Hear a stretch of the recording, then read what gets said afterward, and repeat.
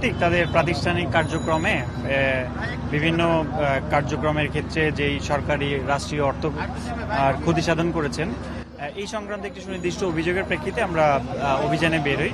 তো ওনাদের অফিসের সন্ধানে আসি, যে অফিস থেকে কোনো রেকর্ডপত্র সংগ্রহ করে আমরা জাস্ট পর্যালোচনা করে দেখতে পারবো যে কী অবস্থায় আছে।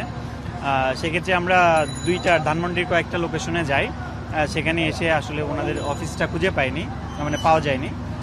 তো এই অবস্থাতেই আমরা আর কি দেখবো যে অন্যভাবে রেকর্ডপত্র সংগ্রহ করতে পারি কিনা।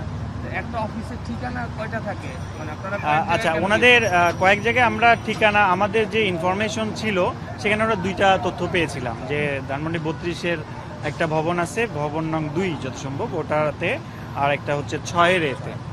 তো আমরা ওখানে গিয়ে পাইনি, এখানেও আসলাম, এসে আরও দেখতে লোকেশন না এই সংক্রান্ত তথ্য পাইনি, এই জন্য আমরা আসলাম আশেপাশে একটু দেখার জন্য যে অফিস আছে কিনা।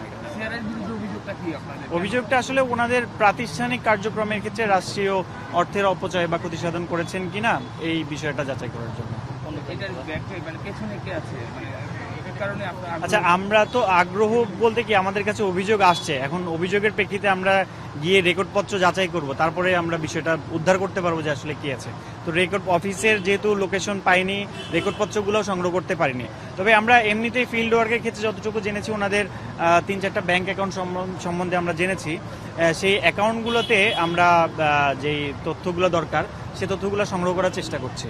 সংগ্রহ হলে তারপরে আমরা যাচাই বাছাই করে কমিশন বরাবর একটা রিপোর্ট দাখিল করার চেষ্টা করব। সিআরআই আমরা যেটা দেখেছি, এখানে সভাপতি হিসেবে আছেন হচ্ছে সজীব ওয়াজেদ জয়, এবং অন্যান্য আরও সাইমা ওয়াজেদ জয় সহ অন্যান্য ব্যক্তিরা আছেন। আসলে আমরা প্রাথমিকভাবে রেকর্ডপত্রগুলোই নিতে পারছি না, রেকর্ডপত্রগুলো সংগ্রহ করার চেষ্টা করছি। আজকে আমরা সেই প্রেক্ষিতেই অভিযানে আসছি। রেকর্ডপত্র পেলে সেটা পর্যালোচনা সাপেক্ষে আমরা বলতে পারবো এখানে কি অনিয়মটা হয়েছে। এইটা আসলে আমাদের তো প্রক্রিয়াটা জানেন, অভিযোগ যেভাবে আসে সেই প্রক্রিয়াতে অভিযোগ এসেছে, তারপরে আমরা সেটা পেয়েছি, তারপরে এই তো অভিযানে এসেছে। সেটাই তো বললাম যে সেটা অনুদান রাষ্ট্রীয় অর্থের ক্ষতি সাধন করেছেন কিনা সেটা যাচাই। আচ্ছা, এটা আমাদের কাছে এতটুকু 6-এর এতে ওনাদের একটা অফিস আছে, তো অফিসটা হয়তো বা একটা স্পষ্ট জায়গাতে বা সুনির্দিষ্ট জায়গাতে থাকবে বা সবাইকে দেখতে পারে এরকম একটা লোকেশনে, তো সেটা তো আমরা পেলাম না।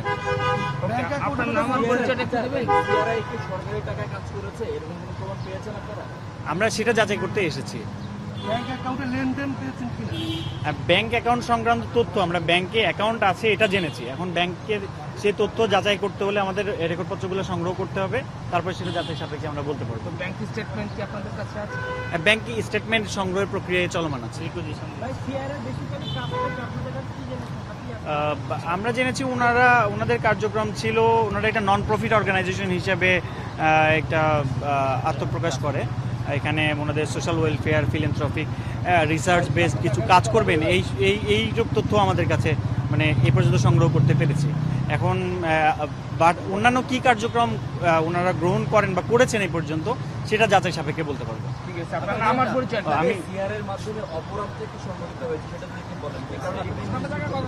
আচ্ছা, আমরা তো সেটা শুরুতেই বলে দিলাম যে এখানে রাষ্ট্রীয় অর্থের ক্ষতি সাধন হয়েছে কিনা সেটাই যাচাই করার জন্য এসেছি।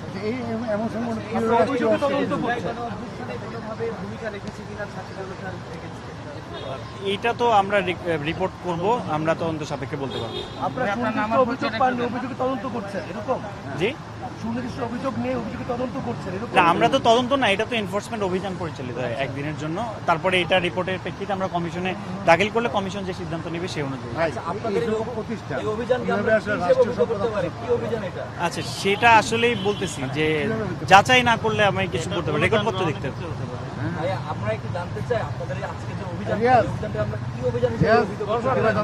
এটা এনফোর্সমেন্ট অভিযান, নিয়মিত আমরা যে অভিযান করে থাকি অভিযোগের প্রেক্ষিতে সেরকম।